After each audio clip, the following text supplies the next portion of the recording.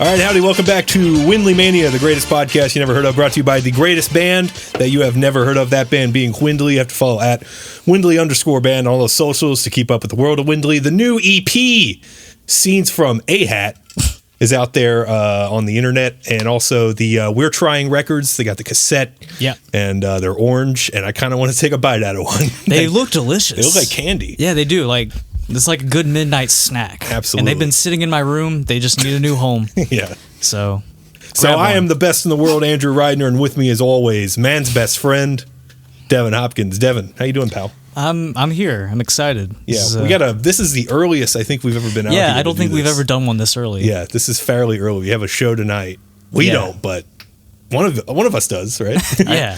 I think y'all do. Yeah, I mean, we're part of it. Yeah, you're part of it. Well, we're I'm selling $10 as bracelets at the door. Yeah. Yes. Yeah, we're part of it. So hey, you're part of it. We're not alone here in the storage unit, of course. We have there's many things I could list off that he's done, but if you're I'll take the whole podcast. yeah, really. And there's probably stuff that I'm missing in my research and but if you go to shows in Myrtle Beach or South Carolina or North Carolina, you probably know his name. Owner of a couple different venues, been a several bands, has done just distribution and the creation of like different tapes. There's probably other stuff that I just don't know. I even worked with a band called Windley. Oh, yes. Okay. He did our first. That's right. Yeah, we did our first. the Broken Sound tapes. Yes. Yeah, that was one of my first tapes, and it was. I wasn't working very well with sound quality yet, but so maybe we can give it a second try. Yeah, sometime. it was still cool. Yeah. Yeah. But it's Michael Charles Wood. Hey, y'all. How you doing, sir? Doing great. Thanks for having me. Absolutely. And again, I don't think I've ever had a conversation with you, but just being a how did Drew Jacobs put it? A student. Yes. Of just like the music scene here and like trying to learn about the history and stuff. Your name comes up a lot. Yeah. And I used to buy like 7 inches, just random 7 inches from like different labels and stuff, and there was like a couple where your name popped up. Oh, cool! From Myrtle like Beach. In the liner notes. And yeah, shit? just like one band was Doc Hopper from New York. Oh, I had no idea. Wow. Yeah, so it's pretty cool that you're a guy that's so passionate and involved, and everyone knows what's up. So thanks. But where are you from? Let's start off with that. Are you from? I'm from. I grew up in Myrtle Beach. Yeah. I'm technically. I was born in Sumter. Okay. But I don't remember any of my time in Sumter. So yeah, I all of my childhood memories are here. I grew up in Surfside, Deerfield in Surfside. Yeah. Yes. So. Yep. So were you always like a fan of music? Were your like parents fans of music and? Yeah, my parents not so much. My dad loves Billy Joel. My mom loves Tina Turner. My mom's a liberal and my dad's a Republican. They didn't last. But my brother probably got me into punk. He was always like bringing home flyers for shows and stuff, and I was really into, like, when I was younger, I was really into rap and hip hop, and then I'd listen to, my brother would be listening to punk and like thrash and stuff, and one day I think it was actually Operation Ivy. He was listening to Operation Ivy, and that was like it was close enough to what I was already into that I was just like, this is fucking good, and then that was kind of like my gateway. Yeah. So, besides Op Ivy, I mean, what was there like a specific flyer that you first saw that you really like gravitated towards? A flyer? Yeah, like, or if he was bringing you flyers. COC, Corrosion of Conformity. Okay, yeah, okay, that skull and the huge, the spikes coming out of it and everything. As a kid, that popped out, and I was like, that's cool. you know? I think my brother also had a leather jacket with the COC skull on the back. And so, I thought that was really cool. Yeah, that's sweet. So, when did you're a musician yourself? I mean, when did you start picking up something? What was the first thing you picked up and started playing? Again, my brother he played bass, And so when he wasn't around, I would pick up his bass and play a little bit.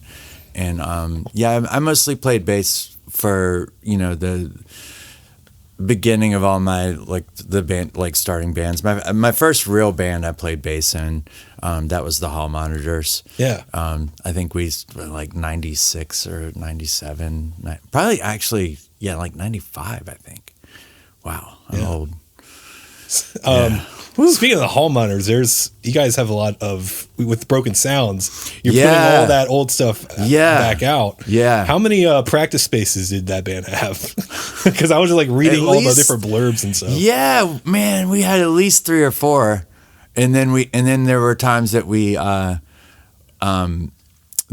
practiced at our houses. We practiced at my mom's house, and one time we were practicing at my mom's house, and there was, and after we were done, our guitarist walked outside and saw a hammer that was thrown through his windshield. Mm-hmm. And on the hammer, they had written on the hammer, "If the drums don't stop, this is going through your windshield." Guess the drums didn't stop.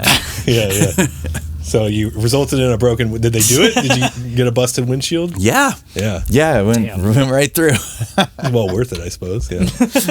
So, was that the first band, or were you in? There was a band in high school, and there were in high school. Me and friends would just play after school, in our bedrooms and stuff, and never really amounted to much. And then there was one band that ended up playing a high school battle of the bands, and we were called Disagree. Pretty bad, kind of 90s. I wanted to be punk, and the guitarist was metal, and it didn't collide like a good crossover like DRI or anything like that. It just sounded it was very 90s sounding. I see. That name reminds me of the Mitch Hedberg bit where he's like, "I'm going to start my own metal band. We're going to call it Injured." Yeah. Well, a friend of mine was making fun of me for the band I'm in now, Scrape. She was like, "That is the least metal band. That's like, why don't you call your band like Paper Cut? like, oh, I got a little scrape." I think Scrape. I've been reading the show on here for the past few weeks, and I love the name Scrape. I think it's cool. A great name. Well, the guitarist was like, "Well, if you think it's a verb." Yeah, scrape as a verb actually does sound kind of tough. Yeah. it's fun to say too. There's a lot going on with your tongue. Scrape, plus, and you get the little pop at the end. Yeah. Scrapes hurt. Yeah, I don't like scrapes. I don't want to be scraped up. I don't want to be scraped by anybody. Like when you see a scrape on someone, you go, "Ooh, that's a nasty scrape." It's a nasty scrape. It doesn't have to be like disembowelment or like something like that. It's still visceral disgorge. Yeah, absolutely. I don't even know what that means, but I don't want to find out. I don't want to find out. I'd rather be scraped. Scrapes. So, how did you connect with other people who were also wanting to be involved with music? Like when first starting out, was it just like, "Hey, cool shirt," or you meet them at shows, or? Definitely "Hey, cool shirt" thing. I think. Yeah. I think that was it. I remember one. I was wearing a Violent Femmes shirt in class, and so I can't even remember what a friend of mine's that we ended up playing together. He was wearing some other shirt that I was like, "Oh, cool," And so it was, and then shows weren't, shows started happening. I guess I was in 10th or 11th grade, or maybe 9th grade actually. My first show I was in 9th or 10th grade. My brother took me to it. It was Bedlam Hour. Oh shit! Okay. That's awesome. At the Magic Bus in Myrtle's Inlet. That was awesome. They were making toaster strudels on stage and giving them to the audience. Did they do that crap at the show y'all did for them at the coffee shop? They did the Frankenberry mosh. They did that. And I saw I was running doors, so I didn't see all of it, but I did see Chuck just throwing the cereal at everybody, and I saw videos of it later, and everyone just kind of going at it. Were so mad at them for years. I remember they sent us a message. They said, "Hey, we do this bit where we throw cereal. Is that cool? We'll clean it up." And then there was another band that we booked. They're like some college kids, Cheese Club. Oh, that's right. And they throw out slices of American cheese. Oh, wow. And like there's like the air rafters up in Fresh Brewed, and we found one up like top like a couple months later. Because like and there was a period of time where the air didn't work. I don't know if that was the show y'all played, but the air wasn't working for a little bit. Okay, I think we had it fixed by the time y'all got there. I don't specifically remember that being a really like hot show. I was like, God damn, like there's just been cheese up here this whole fucking time. I cannot disgusting. remember the name of the band, but back when, I know you want to go chronological, but I got it. Just this sparks a story. I can't remember the name of the band. They were kind of like a new metal band, but they were kind of cool. Really like influenced by like Mr. Bungle and stuff. Like that. Nice. And they were from like Tabor City, and they played the Lazy Eye a lot. Well, one day they thought it was cool. They took cow hearts and threw them at the audience, and it was like throwing them at the people. Well, I don't even know the audience. They're throwing them at the 10 or 15 people that were there. And I appreciate the commitment to it. So a week or two later, I remember Savas did a weekend out, so we didn't have any shows at the Lazy Eye that weekend. And we got back and we walked in and we were like, oh, it smells terrible in here. And we couldn't figure it out. We just started cleaning. Like I went to the store and got all these cleaning supplies and just started cleaning everywhere. Finally, like a couple of days later, up on top of one of the hanging PA speakers was a cow heart. Oh my Jesus God, Christ. that is vile. Yeah, I disgusting. didn't pay them the next time they played. I was just like, surprised you had it these back. are for my cleaning supplies. Yeah. So. Jeez. You had to book them again. I did book them again. That's not a good enough band, or I put up with a lot of crap. yeah. When you first started going to shows, what did the scene look like, and was there any like runoff from like a previous scene before that, as far as like? That's a really good question. I think, yeah, I think we were starting like, because my brother was a few years older than me, and he kind of grew up seeing like, Bazooka Joe and Scott Free and October Chorus and a lot of bands like that. And those bands were bringing bands like COC and Operation Ivy and all these really cool bands through, and I never really got to go to any of those shows. So when I started going to shows, I think it was a crossover point. After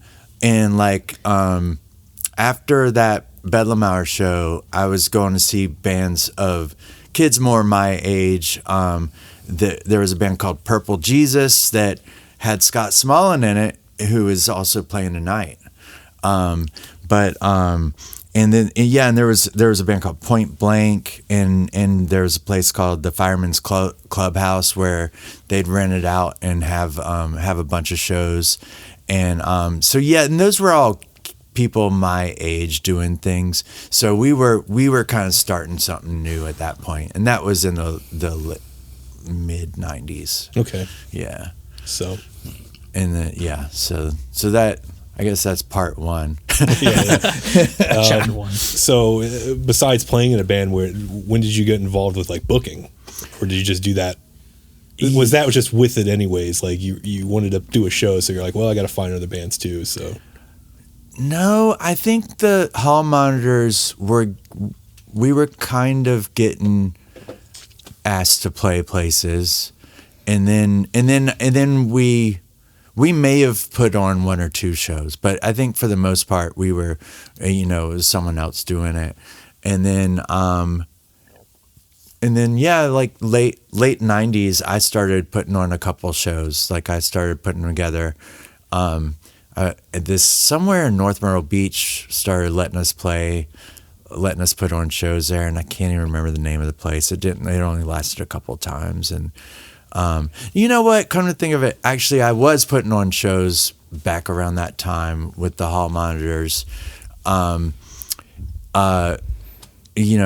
were getting other people asking us to play and stuff, but I was also putting on things. I put on this one show. There was this gay bar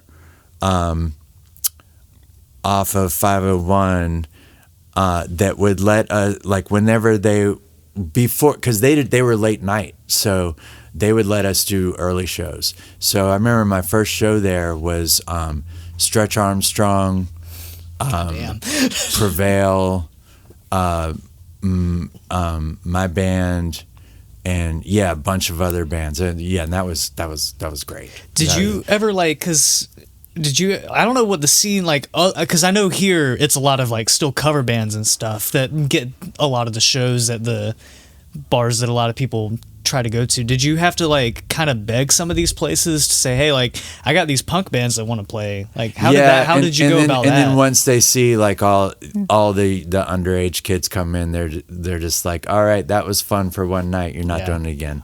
We have to fight Brick House almost every time because like the guy that books the shows doesn't care, but like the bar people do. Like, oh, sorry. Yeah. Like, man. Yeah. Yeah, and Brick House, and I've done. I used to do shows at the Brick House a lot too, and that's always been a thing. That's always been a thing where it's like, like they'll let you do it, but then there's always like the battle of like, well, what about our bar sales or whatever, and I mean that's just the classic thing with hardcore shows. Is probably in every city, but So I mean, I definitely had to deal with that a lot. Yeah, the business end. The business end. Yeah, it's the man. Yeah. No. So where were we? We're just getting in the 2000s. I mean, I think so. So after I was doing shows at this gay bar. Okay. Then that was late 90s, and then like right around like the very, very end of 99, that's when I opened the Lazy Eye. Okay. And that was kind of like, I just had this kind of this dream of like having a coffee shop / record store that we had shows at, and it never became a coffee shop, but I had a pot of coffee that got spilled all the time. Close enough. There's some coffee there. It's not. It's not false advertising. Yeah. There's coffee in the building. Yeah. So December of 99 is when we technically opened up. And so it really, things didn't get rolling until 2000. Yeah. But they got rolling really quickly. Like right away, the Ataris asked for a show. Oh. And so like they played in like January of 2000, I believe, or like very early 2000.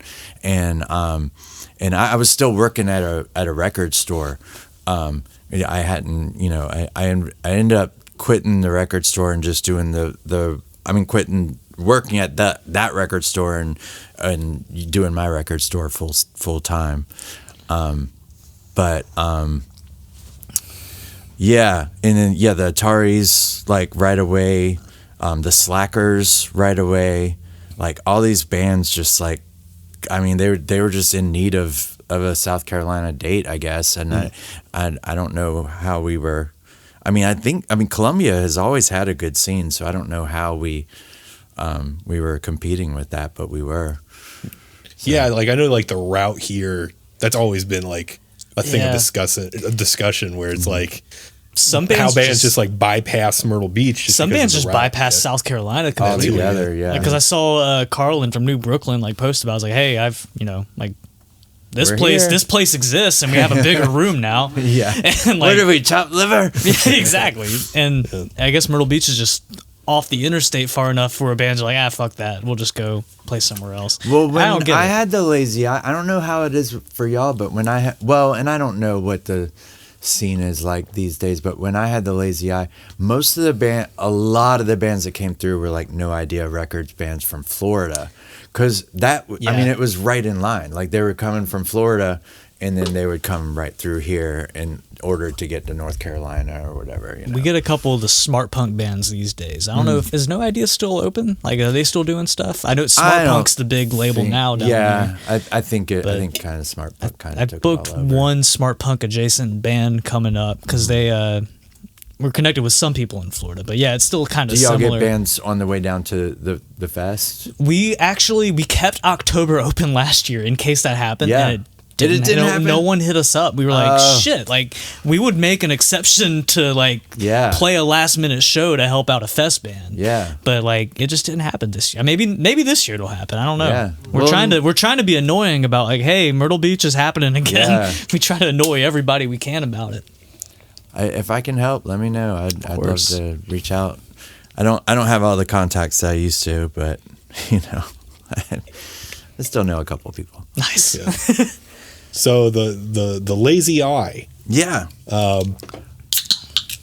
Thanks for keeping us in line, man. He's good for that. You're like, reel it back in, guys. No, I'm very bad about like chiming in as soon as I think of something. Like, oh shit, I'm gonna forget this if I don't say it right now. Yeah. I don't have the podcast etiquette. What was around at the same time as the Lazy Eye? How long was the Lazy Eye open?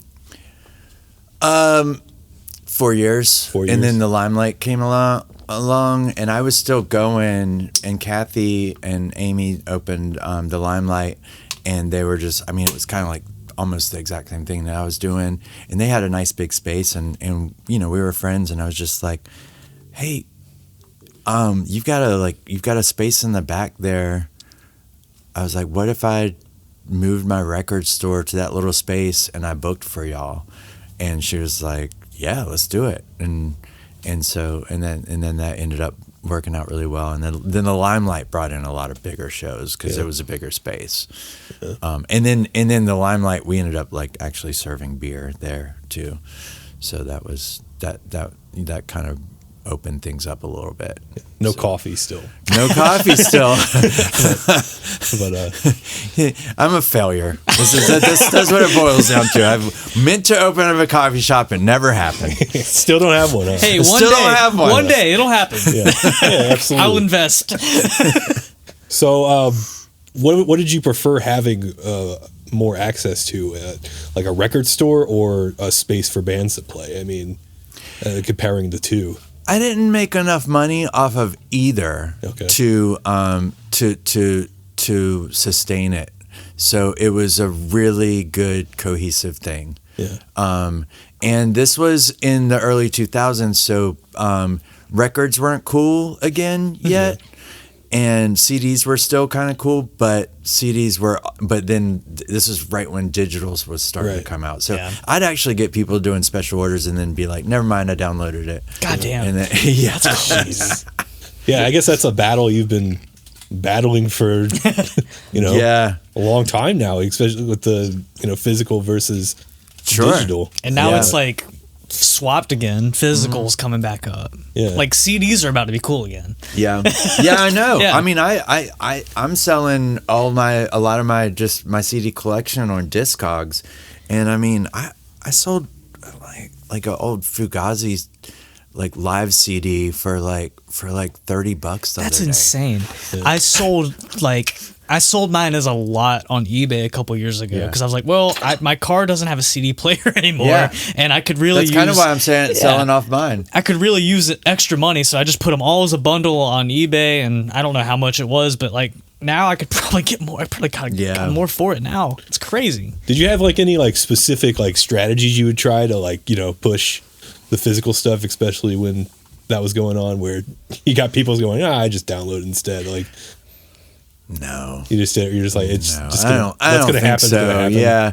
I mean, the whole idea was like, as far as the physical selling the physical stuff, the whole idea was I booked shows, and then I hope that because most of the door money went to the bands. Yeah. I did take 20 or 30% just to help with rent or whatever, but the idea was hoping that people would come in and spend time in the record store while they're there. Sure.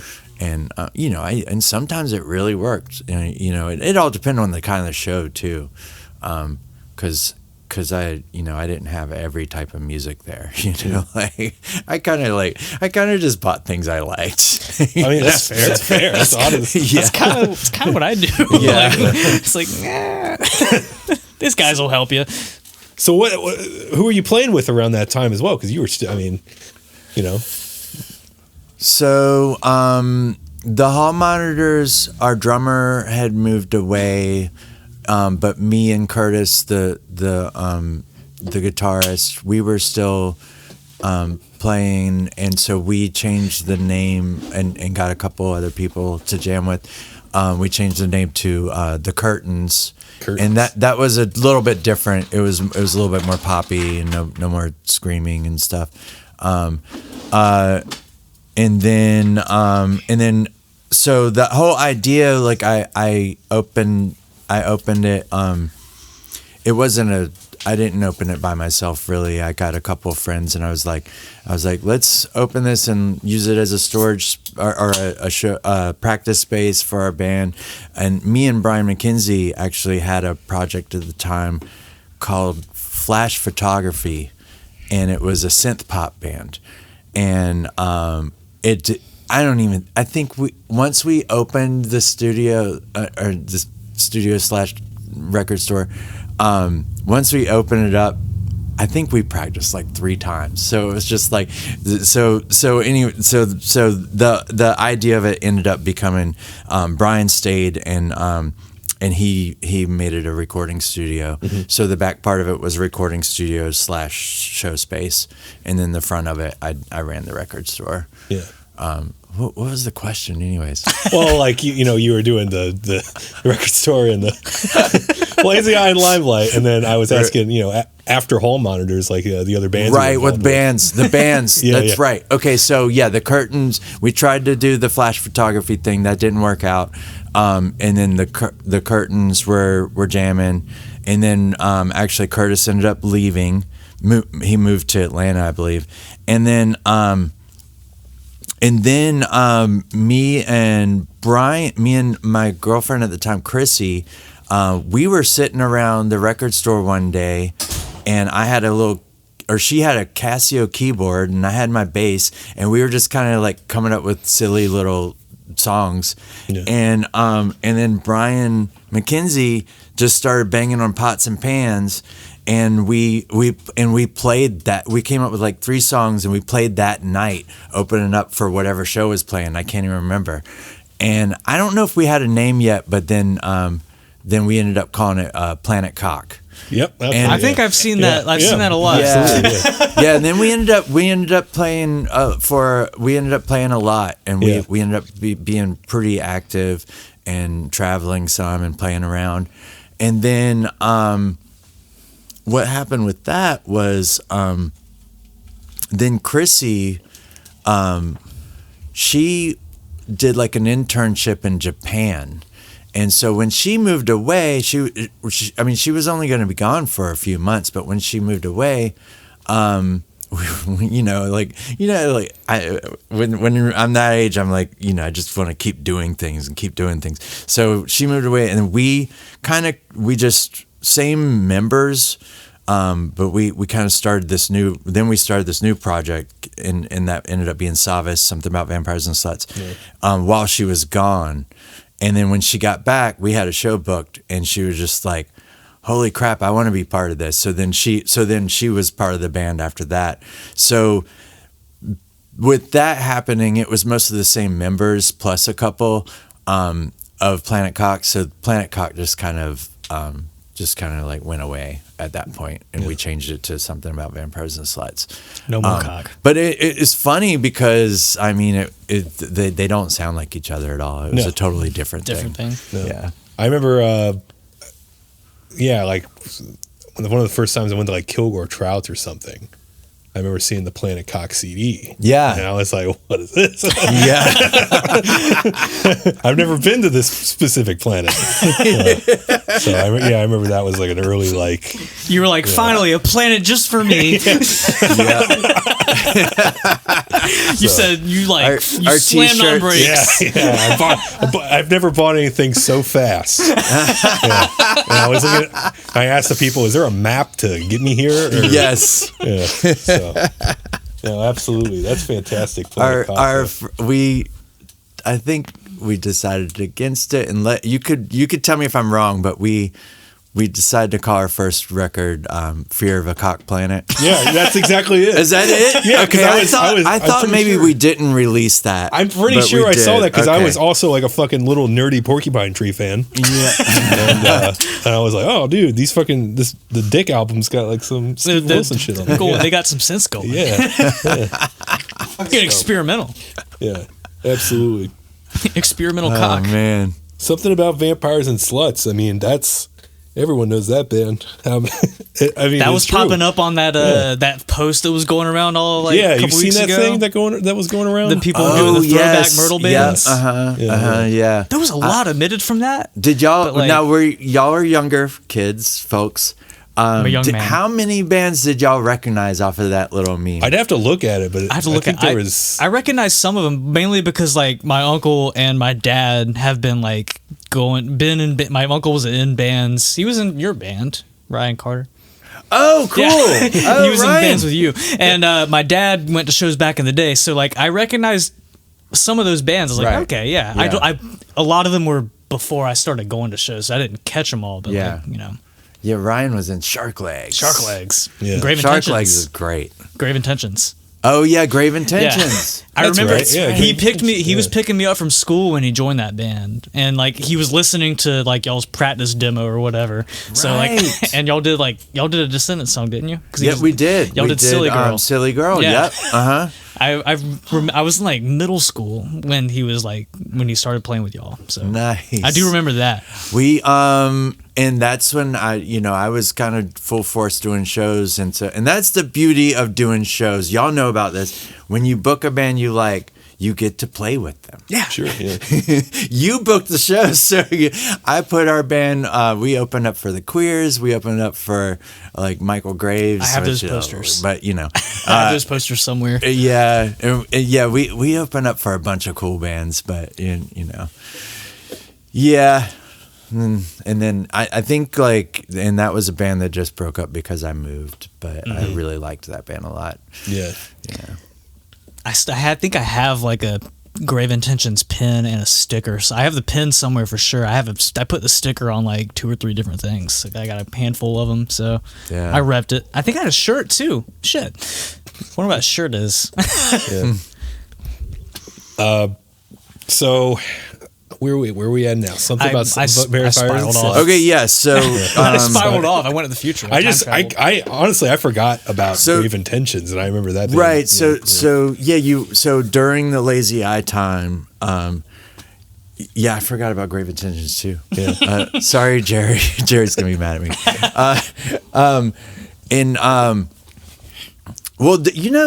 All right, sidetracking y'all. Grave Intentions. I was kind of like they were a band called Humanoids, and they had actually been around since the early '90s. Oh, okay. And then their singer went off and did other things. So they, as a rhythm section, they were still looking for singers, and they tried a couple, and then finally stuck with me for a while. Yeah. And we decided not to keep it called the Humanoids anymore. Yeah. And so we called it Grave Intentions. But yeah, that as the Humanoids, they were also a great band, and they've been around since the early '90s. Mm-hmm. All right, let's try to get back on track. Yeah. There's just so much. Savis, early 2000, I think. Okay. I had just started the Lazy Eye not too long ago, and we started Savis, Yeah. and started playing at the Lazy Eye, and then next, it that took off really quick. Mm-hmm. People seemed to latch onto that. It was a lot of fun. And that was pretty much like an accident that band happened just because of Planet Cock. Kind of, yeah. Me and Brian were talking about I was just like, I want to be in a rock and roll band. I want to kick people in the face, and I want to be like MC5, and he's like, well, I kind of want to be in a goth industrial band, and we were like, well, let's put them together, man. Fuck it. Yeah. Like the Pringles factory. Like, what was it? It's like Pringles factory. Pringles were really laid back. They were a tennis ball factory. And they said, fuck and it. someone shipped them a bunch of potatoes, and they said, fuck it, Cut cut 'em them up.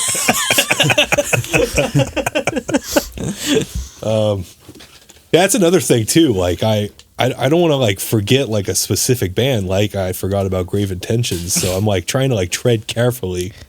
And I remember one other one. I don't know where in the timeline. I mean, Yeah, that's I the thing. forget about Yeah. half these bands. Just shout it out. Like, though. you I remember reminded me- I remember M as We, M is we. Yeah, Emma's we ended up lasting a while. because I think Drew was in that band too. Yep, Drew was one of the original members of Emma's We, because actually what happened, all right, this is a funny story. I was going under just like my solo stuff, which was me and like just toy instruments. Thank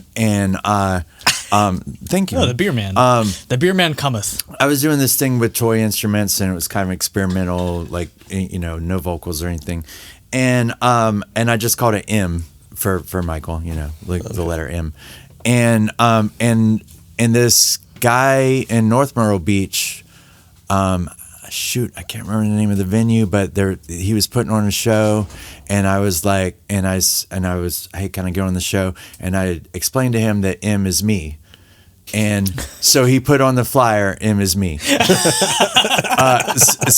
he thought the name of the band was M is me. And so whenever I started getting band members, which Drew was one of them, one of the guys in the band was like, let's just call it M as we. Yeah. You set the W to Wumbo. And then there we have it. Yeah. It's a good name for a band too. Yeah, I ended up mysterious. being the only member that, you know, that's like surviving member, because everybody like Drew died. Drew died. Drew died. Yeah. So we haven't So practiced with R.I.P. in a while. Yeah, that's Drew. right. Yeah, he hasn't hit us up in a minute. Yeah. Well, he scheduled another gig for tonight, so he's dead to me. Oh shit! Really? Actually, y'all I didn't know Wicked I- Gift is playing tonight. I texted him and he said he's probably going to swing by afterwards. Well, yeah, 'Cause I to be do fair, have that show's very early. Like, I do they have an should be- instrument that he owns in my car, so I think he's going to probably try to swing Blackmail. Yeah, Yeah. I like it. by. You come get it, asshole. I sent And him pay a your picture. $10 to get in. Yeah. Come get your yellow wristband from me. The basement. How about that? Yeah. We're skipping. Oh, we're skipping. shit. Okay, go for it. That was like the next like big thing. So, but yeah, Okay. go for it. So, from it went from the Lazy Eye to the Limelight, and then the Limelight, we were having issues with our landlord. So then and then Kathy opened up the Social. Yeah, and the Social was pretty big. Like, that was like a 800 cap kind of Goddamn. thing. And I honestly couldn't handle it. Like, they had the Misfits play there. Fuck. And like some pretty big bands, but Where was that located? Because I know where the Limelight was. Because it's an right H&R block across now. the street from Fresh Brewed. Oh, okay. Was It's it in like the you have to Chapin walk building? through. You have to walk through like a little parking lot area. Okay. but it's like where that light is. Where there's the light to get to Fresh Brewed, and then the next light over. I think I know what you're talking about. Yeah. I knew it was in that vicinity of the region, but I didn't know exactly. Was the Social like the biggest space at that time? Yeah, for sure. Yeah. I'm pretty sure. I mean, I don't know if it's bigger than the Brick House. Brick House is 350 cap. Oh, okay. Fire, it's bigger Fire than, Marshal it's- 350. It's bigger yeah. than Brick House. That's yeah. crazy. I didn't know Yeah, that. yeah. It was And, that I mean, big. it's not bigger. What's than that House building of doing? Blues, Is that but where's that building now? What is it? Do you know what it is now? I have no idea. Goddamn. I have no idea. That's crazy. I need Yeah. to talk to them. Yeah. So then the Social, and then I opened up this. No, I didn't open it up. A friend of mine opened it up, and I rented out a little space to sell records out of this place, another place on Seaboard Street, right next to my old place, the Lazy Eye, called Monkey Business. Okay, I remember yeah. hearing about And Monkey Business. this guy named Kevin Moody hosted some really good shows there. I hosted some shows there, but I didn't. It was more, that place was more of a collective. Like, we really had some people that got pretty involved. But I'll say Manchester Orchestra played there. Municipal Waste played there, and this place was really small. Yeah. So didn't you have Against Me at the Lazy Eye? Yeah. I was in Wicked Gift played. Wicked Gift opened up for him. I saw the flyer come up. Sorry, I'm backtracking again, but I just remembered seeing that pop up like last year. Like, that's fucking crazy. Yeah. Like on Seaboard Street, we're like, that's just nuts. Also, Sorry. Against Me and Wicked Gift. Yeah, that's very cool. I know. That's a crazy show. That is wild. What a lineup. Yeah. Okay, so then Anyway, Monkey Business. And then I ended up the guy that owned Monkey Business kind of gave it up and kind of just handed it to me, and then I didn't really want it, and I ended up going on tour with the Independents. Nice. And I just kind of I feel bad about this, but I kind of just let it sit there, and I don't even know what happened. All that time is fuzzy, but anyways, that place ended up not really working out. And then shortly after that, I moved to North Carolina. Okay. So then I spent a couple years in North Carolina, and then a couple years later I came back. So I came back around 2006 or 7. And I was doing shows at another place that I can't remember their name. I do remember what bands I had Wheatus play there. That was like right on 17 Business. But anyways, so then that's when the Crazy Jays had this place. And I knew he had the basement down there, and he wasn't doing anything with it. So I went and talked to him, and I was like, "Hey, can I rent out the bottom floor?" And he was like, "Yeah, let's do it." And then so that's when I opened up the basement, and that was cool. Yeah. Damn. Are y'all old enough for that? Did anybody go to the basement? This was like Connor went to one show. Yeah. Our drummer, he went to one show. Yeah, there, this I was think. like right before, I started, literally right before I started. Right going to before shows, we were like aware. All right. Because there was like a couple other spots that happened that we knew about. I think that was like, there was a kind of like a bleed over. Yeah. That's the thing, though. It's like, I'm glad you're kind of detailing all this, because like I know all these names and all these places, but it's like I didn't know who was involved. Yeah. Right. Like it was just, I just hear people go like, yeah, the social. Back in the day. We used to have a good time People talk there, about and the that's it. days. It's like, okay, yeah, this band played there. I forgot what they were called. So I appreciate all these details I'm getting. I mean, now. I remember the venues that I was really, or that I owned, or that I was like really, really involved with. But there's a lot of, I feel bad, but there's a lot of places that I booked at that I can't even remember their names right now. Like, and then the basement to us was Good Day Cafe. Yeah. And we tried to do like a basement reunion party there, and they found, then there was like talk on the message board, or on the event page of like BYOB or something. He got kind of angry and was just like, nope. The owner was kind of, I mean, he's a great guy. He still does stuff, but he doesn't have the restaurant anymore. But he was a very nice guy to us to let us do our thing there. I was for the time excited he did. about playing there. He seemed great. That place had so much problems, so they really? moved out of it. There's another restaurant there now, but I don't know if they do anything with the basement. Yeah. I was gonna go talk to him one day, but I just, I know that if there's a hurricane, they're fucked.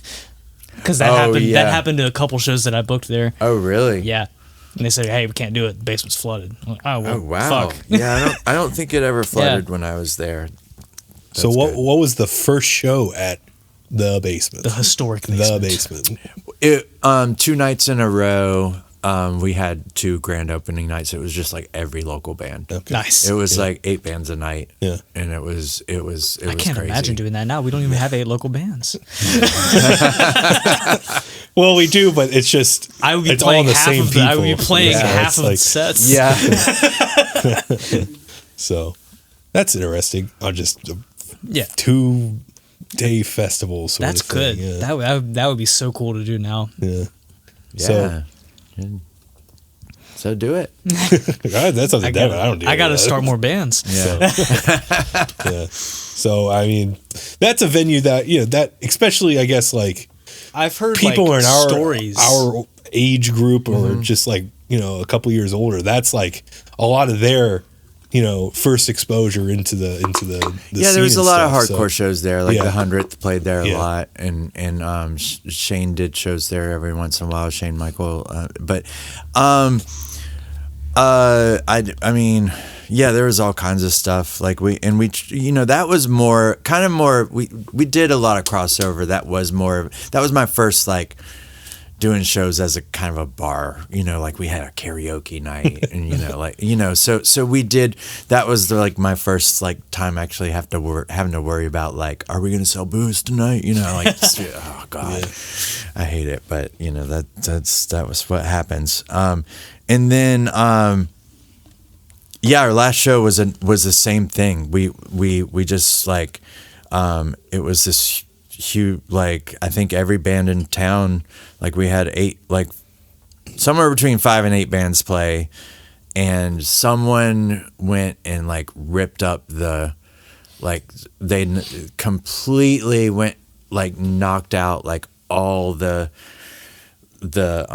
sink, like just like completely knocked it off the wall, and like I guess they were just like, well, it's the last night, so we're gonna screw this place up. Jeez. And I was like, and the people that were taking it over, they were like, you can still do shows here if you want.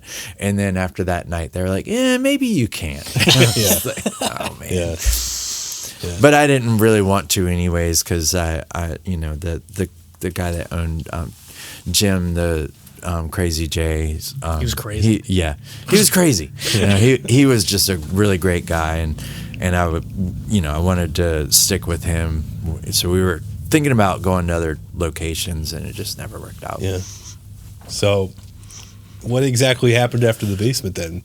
Like, was that your like last like venue? Yeah, endeavor? that was it. That was pretty much it. I think I did a couple shows around town, tried out some other smaller, venues, trying to do shows there, but after that, I ended up, well, there is, shoot, what's the name of that place in Surfside? Island Bar. Yes, I did shows there every once in a while. Like that's where I had some of the bigger shows, like the Queers and stuff like that. Right. Yeah. So I think after the basement, I did do some shows at Island Bar and stuff like that. Yeah. And I was kind of slowly getting out of it at that time, and then I ended up moving to. I was ready for something new, so I ended up moving back to North Carolina. Yeah. And is this where Broken Sound comes into play? Or yeah. I guess Broken Sound Tapes just kind of like Emma's We was still going, and so and I had gotten some local guys to play with me at that point. So Emma's We was now a Chapel Hill band, and I think we just were going to release something, and I was like ended up making our own tapes, and I was like, oh, this is actually really easy. So I was just like, I wonder, like, if any of my friends' bands want some tapes made too, and like, and I was like, the beauty of it is like I could do bands that don't necessarily draw very well, but I like, and like. And, I could do as little as 10 tapes, or whatever. And that's still the case. I mean, I have some releases that have sold like 5 tapes or less, Yeah. But yeah. So, and it's kind of, it's done really well at times. Like I ended up, putting out a couple actual vinyl records, and CD, like you said, CDs are coming back. Like we're doing CDs and not just tapes. It's still called Broken Sound Tapes, but it's not just tapes. Yeah. With a lot of like the re-releases stuff, is that just stuff you own that you're just putting out, or you have like contact with some of the bands? Contacts with some of the bands. Yeah. Just like, my contact, I know I don't live here anymore, but I still love all the people, and nostalgic for some of the times. And so, like, a lot of the re-releases are like bands from the 90s and early 2000s that, that had some great recordings that I was like, this isn't even on the internet, man. Yeah. Come on. That, the Ground. Yes. That was a revelation. Like, listening to that. They were. Like, I bought that. I remember buying that when that came out. They were my favorite band at that time. I think that they were around in like 94, 95 or something like that. Yeah. And they were great. And they used to play shows with a band called -1 a lot. -1 was great too. They did a split 7-inch with -1, so you need to find that. Is it out there? I bet I'm on the liner notes. Probably, yeah. I could probably find that. I think you were in the Frownies as well. Like, so the -1 is basically the Frownies. Okay, that's probably why I thought it's is Jason Bitten from -1, and it's -1 and Ground put together. I think that's the Frownies. It's the drum. The Frownies is the drummer of Ground, the bassist of Ground, and the guitarist of -1. I think they had that because we recorded at Jam Room, and they all recorded there. I think they had that like in that first room. Yeah, I think they had the 7-inch there. Yeah. He's got everything that he's recorded like up on the wall. Yeah, I think that was there. Inhumanity stuff. Yeah. Where were some of the places you were recording like back in those days? At the Jam Room. Jam Room? Yeah, the Jam Room. Jay's the man. Yeah.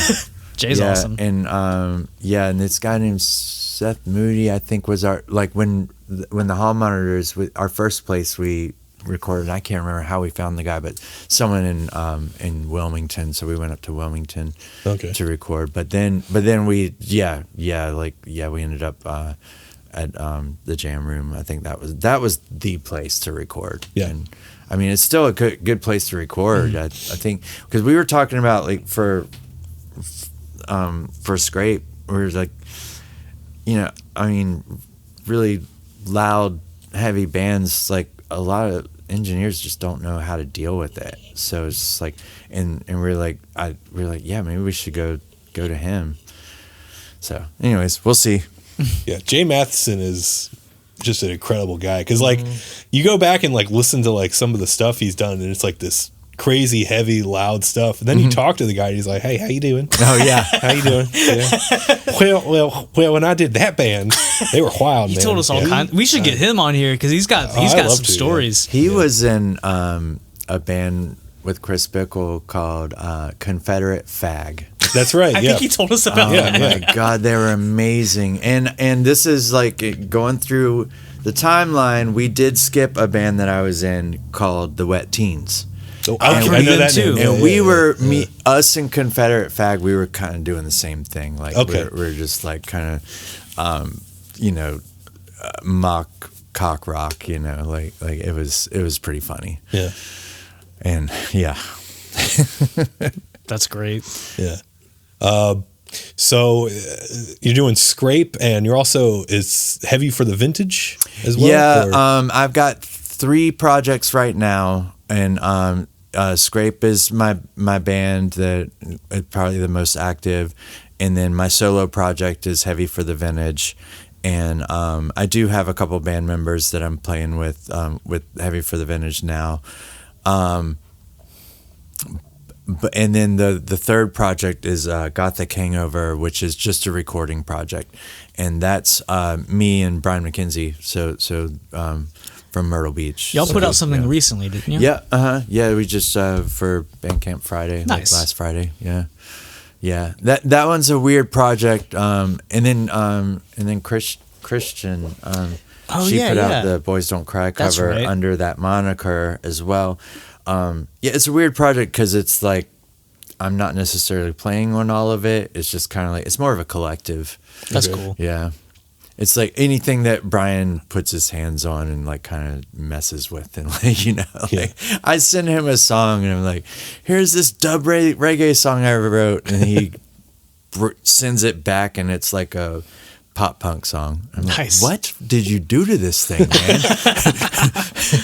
Okay, it's actually way better now. He's like an evil genius. Yeah. So, I mean, Broken Sound, you're doing, you're still putting out stuff as well, and you're just, is it kind of just like they contact you, or do you usually contact bands to, as far as like new stuff? Mostly, I haven't been reaching out to many people for that. Okay. But if someone reaches out to me and I want to do it, I'll do it. I have a really hard time saying no.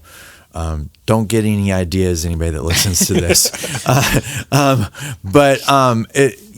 I try.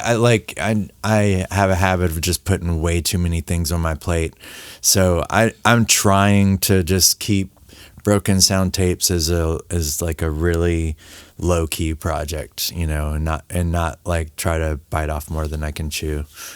Especially right now, I'm planning a wedding. I'm getting married in May, so I'm just like, but aside from like this scrape run and a couple more scrape shows, that I'm like, all right, that's it for at least until July, and then I'm going to try to focus on the wedding. Sweet, very cool. Yeah.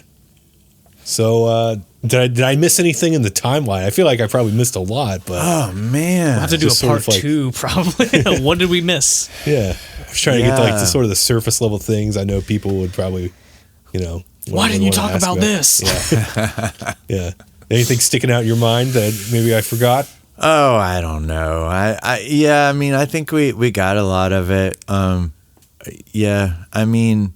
And I have to say, I mean, like, of course, people are nostalgic and they want to say, oh, those were the times, blah, blah, blah. But actually, I mean, when I was doing shows in the early 2000s, I had a bunch of people that are like, oh, there's no scene anymore. I'm like, well, you're not going to the shows. No. I mean, like, and that's all the time. Like, that happens now. Like, you guys are creating something huge. And there's always going to be people that are like, because they just want to live in 10 years ago or whatever. Yeah. And I appreciate you saying that. Yeah, and those people can fuck off. Yeah, I had, because like that post was going around, so I made my own. I was like, hey, that's cool, but like, there are still bands here doing shit. Yeah. And then some guy comments like, hey, you weren't like how it was 10 years ago. And I was like, hey, man, this wasn't for you. But like, thanks for your input that I didn't ask for. Yeah, I've been going to shows. I've been going to shows here for we've 11 years now, and I've heard the same thing for 11 years. Yeah, that there's exactly. nothing going on. So I don't know. It's just like one of those things. You just gotta move past it. There was definitely a lag time. Like, I feel like from 2012 until like maybe past 5 years or so, it seems like there wasn't a whole lot going on. And I could be wrong because I don't live here anymore. Yeah. But I feel like you guys have really picked it up.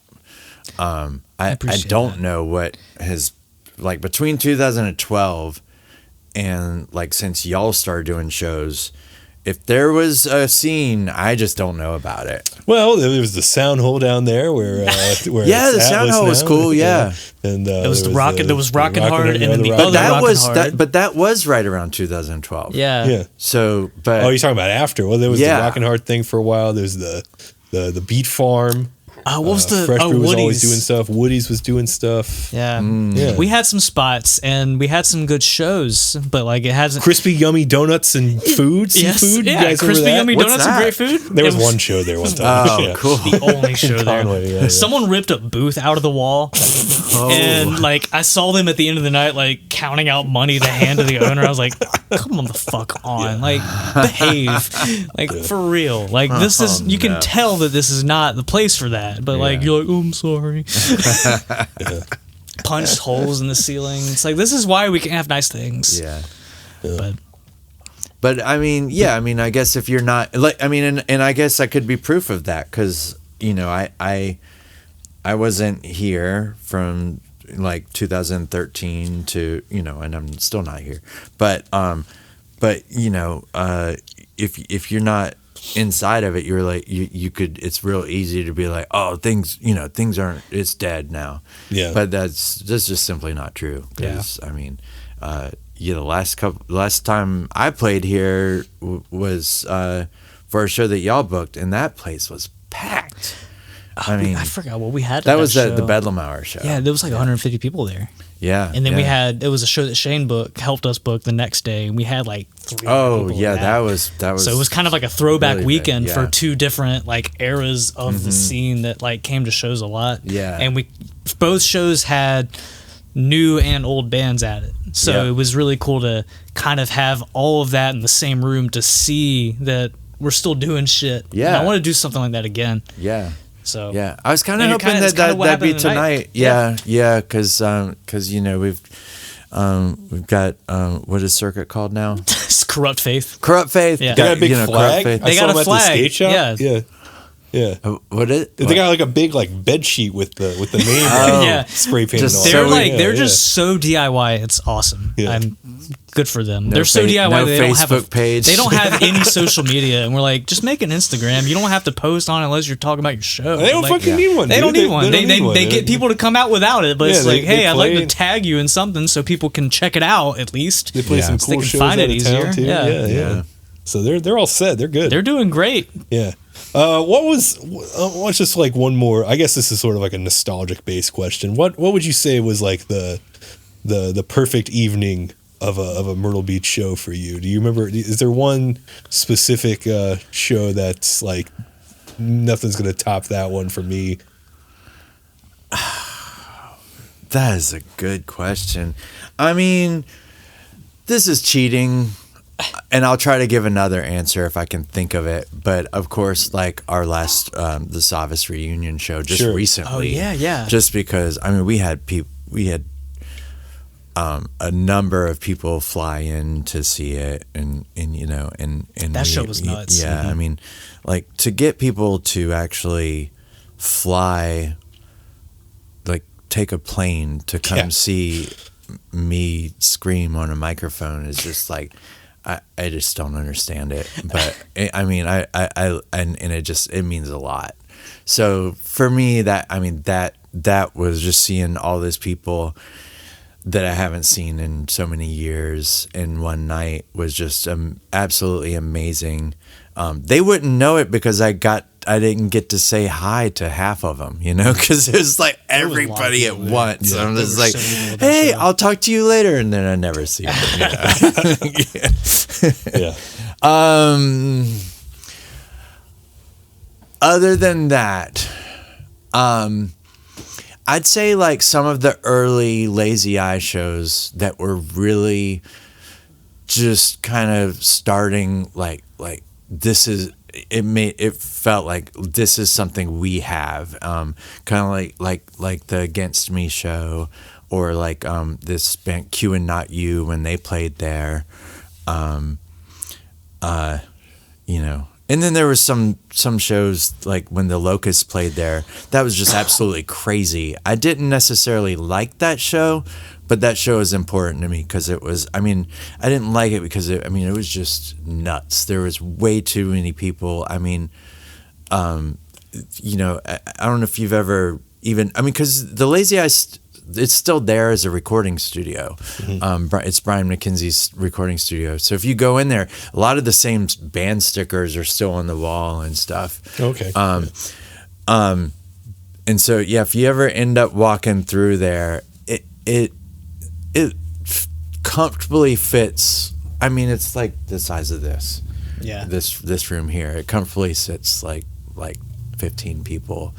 And when the Locust and Wayful played there, I want to say there was 200 people there. That's insane. Nice. And it was not safe. No. Not safe at all. So yeah, so that some of those early Lazy Eye shows were definitely crazy. And we had this friend of mine named Dan Jacklin. We called him Naked Dan because he just loved to take off his clothes and just like, and you'll see a couple pictures here and there where like it's just a band photo at the Lazy Eye. Some band is playing. You're like, that guy standing in front of the band has no clothes on. It's like, oh yeah, it's Naked Dan. That's Naked Dan. Yeah, don't you know? I wasn't even asked like, oh, why is he called Naked Dan?